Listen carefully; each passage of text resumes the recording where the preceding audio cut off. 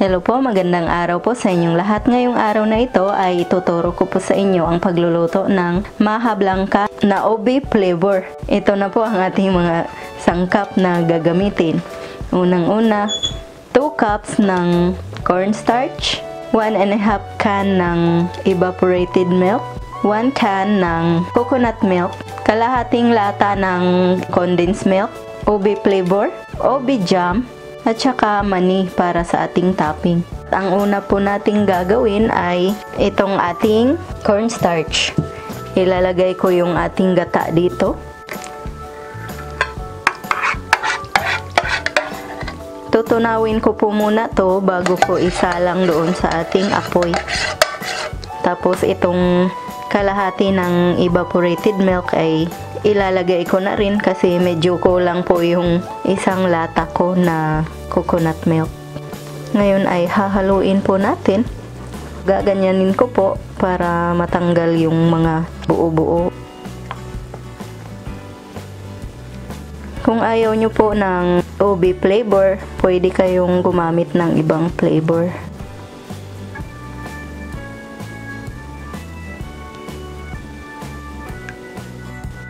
Pinalitan ko po pala yung lalagyan ko ng mas malaki.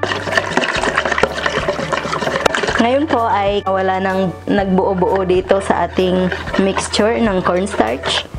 Ngayon, pwede na nating lagyan ito ng kulay.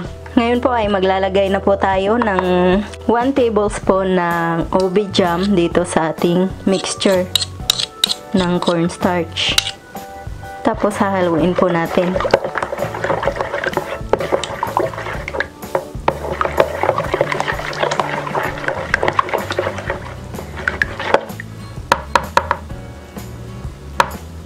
Maglalagay po ako nitong ube flavor. Yan. Mga isang patak lang po or dalawa. Yan. Basta maliit na patak lang po. Pwede yan. Tapos hahaluin na natin. Yan. Kita nyo na po na napakaganda po ng kulay kapag maglagay po kayo ng ube jam dito sa inyong cornstarch mixture.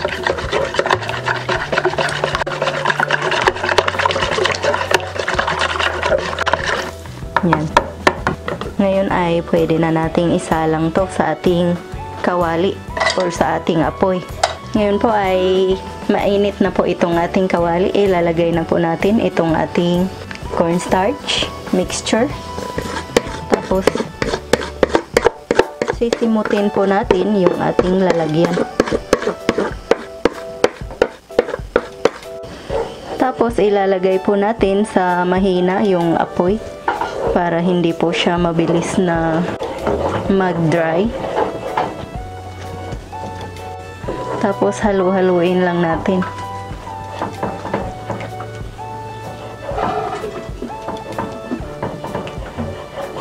Huwag nyo pong iwan kapag naisalang nyo na po sa apoy para maganda po yung kalalabasan ng inyong maha.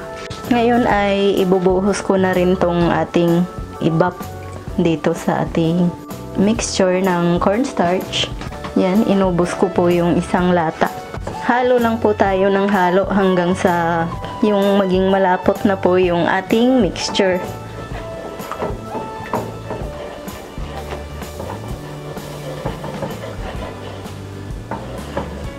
Tsaka ko na po ilalagay yung ating condensed milk kapag medyo malapot na po itong ating maha.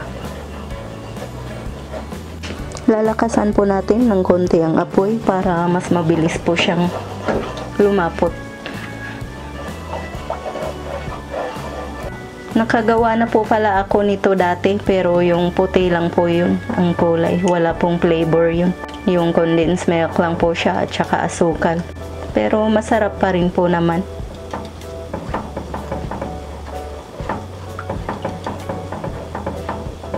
Mamaya po, ipapakita ko po sa inyo kapag medyo lumapot na po itong ating maha. Ngayon po na ganyan na po ang itsura ng ating Maja Blanca ay magdagdag po tayo ng konting tubig para wala po talagang magbuo-buo. Gusto ko kasi yung pinong-pino talaga ang itsura ng Maja Blanca ko.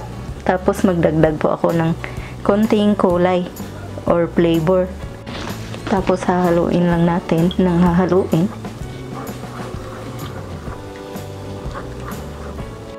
Tapos ilalagay nyo lang po sa pinakamahina yung settings ng apoy nyo.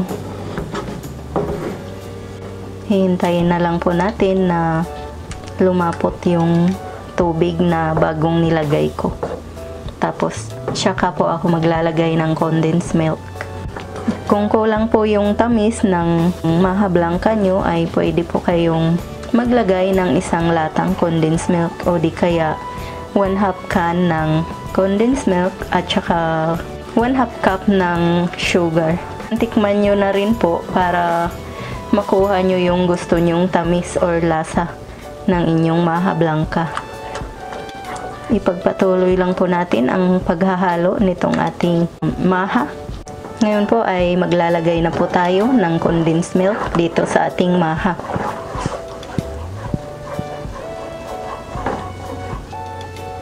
Kalahati lang po muna ang ilalagay ko. Tapos mamaya titikman ko siya kung okay na yung lasa.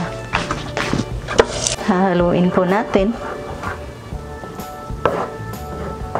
para malagyan po lahat ng condensed milk itong ating maha. Para manuot po yung lasa ng condensed milk dito sa ating mixture ng maha.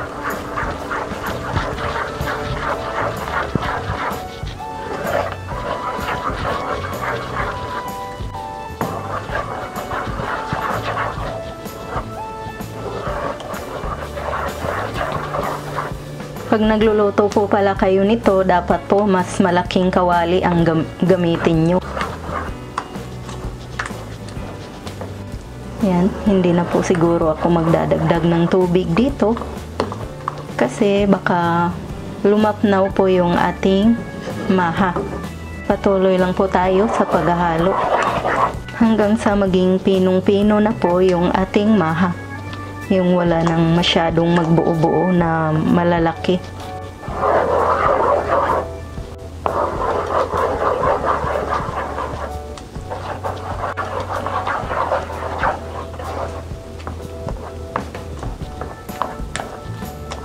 Ganito pa ang hinahanap kong itsura ng ating Maha Blanca. Yung medyo pino po siya at wala pong masyadong nagbuo-buo na malalaki. Yung maliliit na lang po.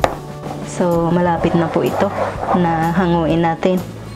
Pero patutuyuin ko pa po ng konti para mabilis po siyang tumigas. Sa tingin ko ay tama na po ito kasi ganito po ang itsura nung ginawa ko nung una. Ngayon ay ito-turn off ko na po itong ating stove at ilalagay ko na po siya dito sa ating container.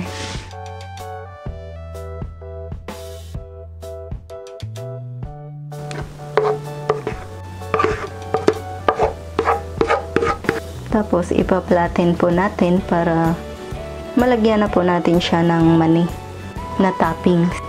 Ngayon ay pwede na nating lagyan nitong mani na dinurog ko ng ganito po kaliliit.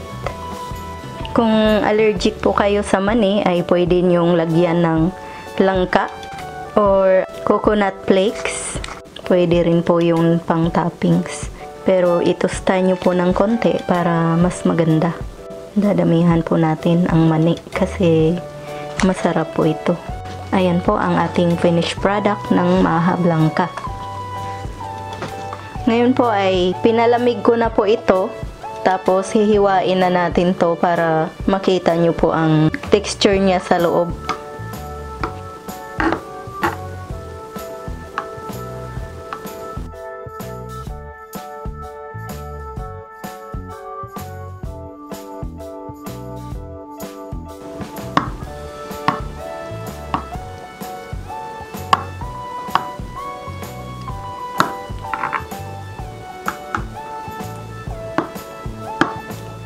Magiging ganito na po ang itsura niya sa loob kapag lumamig na po. Yan, napakakinis na po, tapos malambot na po yan. Ito na po ang aking mahablangka na ginawa na ube flavor.